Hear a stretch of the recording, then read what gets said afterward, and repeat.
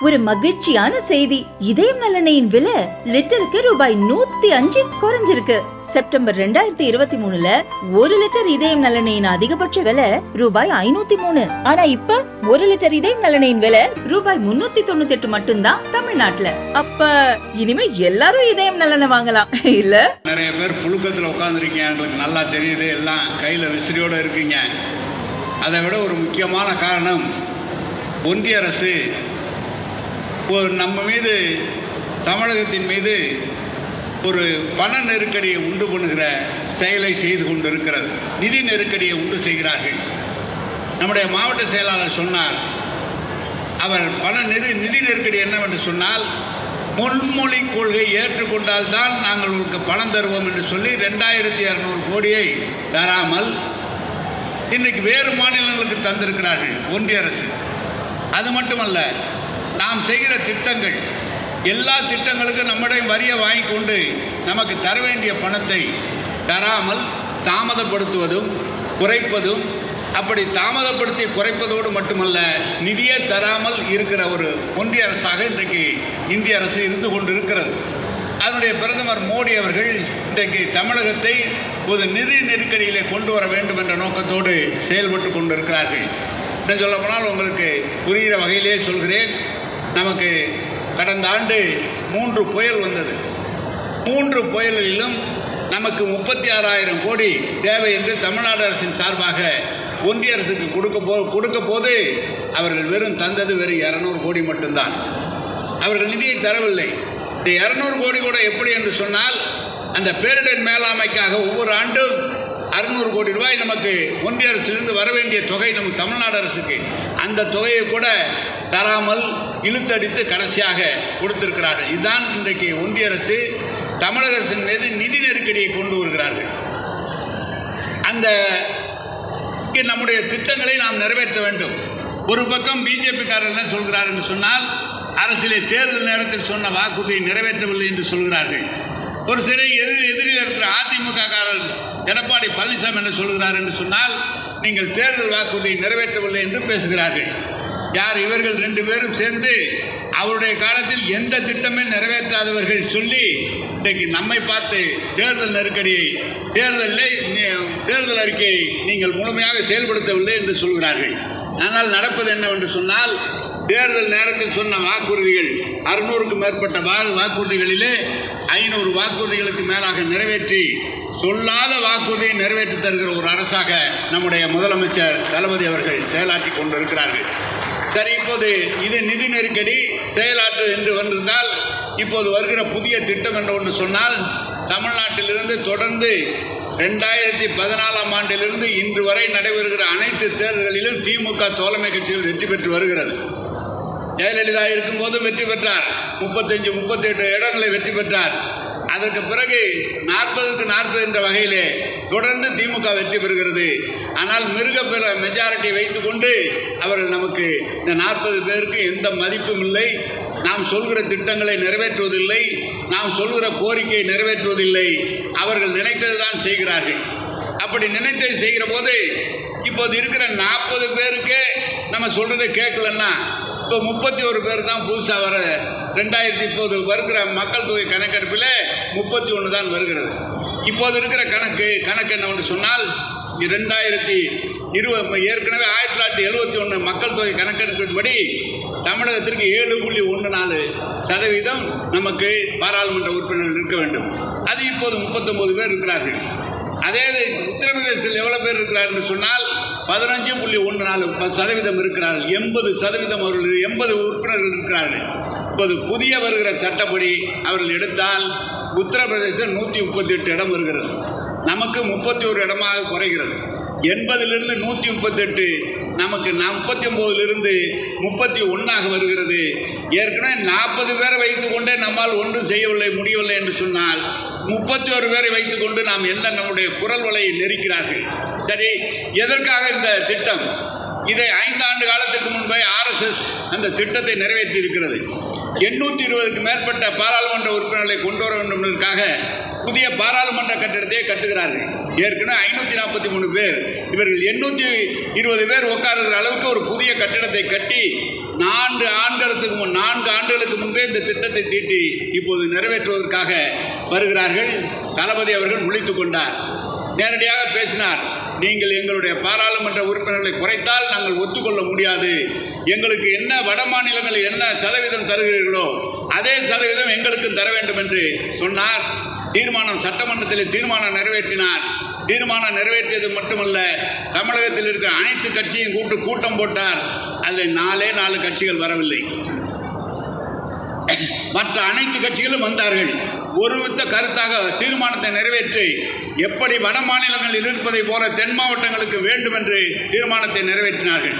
அதோடு மட்டுமல்ல, இப்போது மறுபடியும் அண்டை மாநிலத்தில் இருக்கிற முதலமைச்சர்களை சந்தித்து வரும் 22ஆம் தேதி அந்த கூட்டம் கூட்டுகிறார். சந்திரபாபு நாயுடு கூட்டிருக்கிறார்கள், ரேவந்த் ரெட்டி கூட்டிருக்கிறார்கள், பினராயி விஜயனை கூட்டிருக்கிறார்கள். அனைத்து பிஜேபி அல்லாத முதலமைச்சர்களை அழைத்து கூட்டத்தை கூட்டி மத்திய அரசுக்கு ஒன்றிய அரசுக்கு எங்களுடைய கோரிக்கையை வலியுறுத்தி இன்றைக்கு கூட்டம் கூட்ட இருக்கிறார்கள். நான் இதெல்லாம் சொல்வதற்கு காரணம், இந்தியாவில் வேறு எந்த முதலமைச்சரும் இந்த மாதிரி முன்னெடுக்கவில்லை. நம்முடைய முதலமைச்சர் மட்டும்தான் இந்த கொள்கைக்காக முன்னெடுக்கிறார். அவர் தமிழ்நாட்டுக்கு மட்டும் முதலமைச்சராக இல்லை, அனைத்து எதிர்கட்சி மாநிலங்கள் ஆளுகிற அனைத்துக்குமே முதலமைச்சராக முன்னெடுத்து செயலாற்றி கொண்டிருக்கிறார்கள். அதற்கு தான் இந்த கண்டன பொதுக்கூட்டம், தமிழ்நாடு போராடும், தமிழ்நாடு வெல்லும் என்ற இந்த கூட்டத்தை கூட்டியிருக்கிறோம். எனவே உங்களுக்கெல்லாம் தெரியும், புதுக்கோட்டை என்று ஒரு பாராளுமன்ற தொகுதி இருந்தது. நான் ஒரு உதாரணத்துக்காக சொல்கிறேன், நடந்ததை சொல்கிறேன். திருச்சி பாராளுமன்றம் இருந்தது, புதுக்கோட்டை பாராளுமன்றம் இருந்தது. மணிசங்கர் ஐயர் என்று மாயவரத்தில் நின்று 2 முறை வெற்றி பெற்றார். அந்த மணிசங்கருடைய தொகுதி அது தனி தொகுதியாக மாறிவிட்டது. ஆதிதிராவிட மக்கள் போட்டியிடுகிற தொகுதியாக மாறிவிட்டவுடன் அந்த மணிசங்கர் திருச்சிக்கு வருகிறார். கோபால்சாமி அவர்கள் எலெக்ஷன் கமிஷனராக தலைமையேற்றிருக்கிறார். அவரும் ஐயர், இவரும் ஐயர். அதை பொது தொகுதியாக மாற்றி புதுக்கோட்டை தொகுதியை இல்லாமல் ஆகிவிட்டார்கள். இதுதான் ஏற்கனவே நடந்து, இப்போது அதனால்தான் புதுக்கோட்டை திருச்சியோடு இருந்து கொண்டிருக்கிறது. ஏற்கனவே இப்படி இருக்கும்போதே இப்படியெல்லாம் செயல்படுகிற ஒன்றிய அரசு நாளைக்கு அவர்கள் கையிலே 31 என்று வந்துவிட்டால், பீகாருக்கு கிட்டத்தட்ட பீகார் 49 தொகுதியிலே 100 தொகுதியாகவும், உத்தரப்பிரதேசம் 81 தொகுதியிலே 108 தொகுதியாகவும் வந்தபோது மத்திய பிரதேசம், ராஜஸ்தான் சேர்ந்த 4 மாநிலங்கள் சேர்ந்தால் ஒன்றிய அரசை அவர்கள் அமைத்துக் கொள்ளலாம். வேறு எந்த தென்னாட்டை பற்றி கவலைப்பட வேண்டியதில்லை, மகாராஷ்டிரா பற்றி கூட கவலைப்பட வேண்டியதில்லை. 4 மாநிலங்கள் இருந்தால் போரும், இந்திய அரசை ஆளலாம் என்ற நோக்கத்தோடு தான் இன்றைக்கு இந்த திட்டத்தை கொண்டு வருகிறார்கள். சரி, இந்த மும்மொழி கொள்கை, இருமொழி கொள்கை என்று வருகிறது. இந்த இந்தி என்ன ஆட்சி மொழியா? அல்ல, வழக்கு மொழி தான். 22 மொழிகள் இருக்கிறது. அந்தந்த மாநிலங்களிலே அந்தந்த மொழியை வைத்து ஆங்கிலத்தை துணையாக கொண்டுதான் இன்றளவும் இந்த மொழி பேசப்பட்டு வருகிறது. அது ஒன்றும் ஆட்சி மொழி அல்ல, அது உரையாடுகிற ஒரு வழக்கு மொழி தான். எனவே அதை கொண்டு வந்து திணிக்கிற அளவிலே இன்றைக்கு அதையும் செய்து கொண்டிருக்கிறார்கள். அதில் முதலில் நிதிக்காக போராடுகிறார் முதலமைச்சர், அடுத்தது மொழிக்காக போராடுகிறார், அடுத்தது இடத்திற்காக போராடுகிறார். இப்படி போராடுகிற நம்முடைய முதலமைச்சருக்கு நிதி நெருக்கடியை மட்டும் தருவதல்ல, ஒன்றிய அரசில் இருக்கிற அதிகாரிகள் இடி ரெய்டு என்ற அளவிலே நாம் ஒரு கூட்டம் போட்டால் உடனடியாக அமைச்சர்கள் மீது ரெய்டு நடத்தி அவர்கள் மீது வழக்கு பதிவு போடப்படுகிறது. எனவே ஒரு பக்கம் அரசாங்கத்தின் பக்கமாக ரெய்டு நடத்தி அதன் மூலம் வழக்குகள் மூலம் சிக்க வைப்பது, ஒரு பக்கம் மொழியை திணிப்பது, ஒரு பக்கம் தர வேண்டிய பணத்தை தருவதில்லை. ஆனால் ஒன்று உங்களுக்கு சொல்கிறேன், என்னுடைய மாவட்ட செயலாளர் சொன்னார் 29 பைசா என்று. ஆம், நாம் ₹1 வழி செலுத்தினால் ஒன்றிய அரசு நமக்கு தருவது வெறும் 29 பைசா தான். அதே உத்தரப்பிரதேசத்தில் ₹1 வழி செலுத்தினால் அவர்களுக்கு ₹1.5 தருகிறார்கள். அதே பீகாருக்கு ₹1 வரி செலுத்தினால் ₹10 தருகிறார்கள். ₹10 வரி செலுத்தினால் ₹10 தருகிறார்கள். அவர்கள் விரைவது அங்கே எந்த விதமான திட்டங்களை நிறைவேற்றாமல் நிதியை அவர்கள் செலவழித்து அவர்கள் தன்னுடைய கட்சியையும் ஆட்சியையும் பலப்படுத்துவதற்காக மற்ற யார் எதிர்க்கிறார்களோ அவர்களுக்கெல்லாம் நிதி தருவதில்லை. அருகில் இருக்க கேரள மாநிலம் இருக்கிறது. கேரள மாநிலத்திலே அவர்கள் கேட்கிறார்கள். 2 ஏர்போர்ட்டை அவர்கள் நடத்தி கொண்டிருக்கிறார்கள், கொச்சின் ஏர்போர்ட்டை, இன்னொன்றையும். திருவனந்தபுரத்தை தா என்று சொன்னால் அதானிக்கு தருகிறார்கள். அப்படி அவர்களுக்கு வேண்டியவர்களுக்காக செயல்படுகிற ஒன்றிய அரசு இன்றைக்கு இன்னும் சொல்ல போனால் பள்ளி கல்வித்துறை மற்றும் துறைகளில் நாம் பெண்களை மானப்படுத்தப்படுகிறார்கள் என்றெல்லாம் பேசுகிறார்கள். உங்களுக்கு ஒன்று மணிப்பூர் என்று மாநிலம் ஒன்று இருக்கிறது. கிட்டத்தட்ட ஓராண்டு காலமாக அங்கே போராடி கொண்டிருக்கிறார்கள். கிறிஸ்தவ பெருமக்களும் மலைவாழ் மக்களும் இருக்கிறார்கள். அந்த மலைவாழ் மக்களுக்கு கிறிஸ்தவ பெருமக்களுக்கும் ஓராண்டு காலத்திலே இந்த எவ்வளவோ பேரை கொன்று குவித்து அந்த ஆட்சியை கலைத்து இன்றைக்கு கவர்னர் ஆட்சி கொண்டு வந்திருக்கிறார்கள். எதிர்க்க நிறைய மகளிர்கள் இருக்கிறீர்கள். அங்கு நடப்பதை சொல்கிறேன்.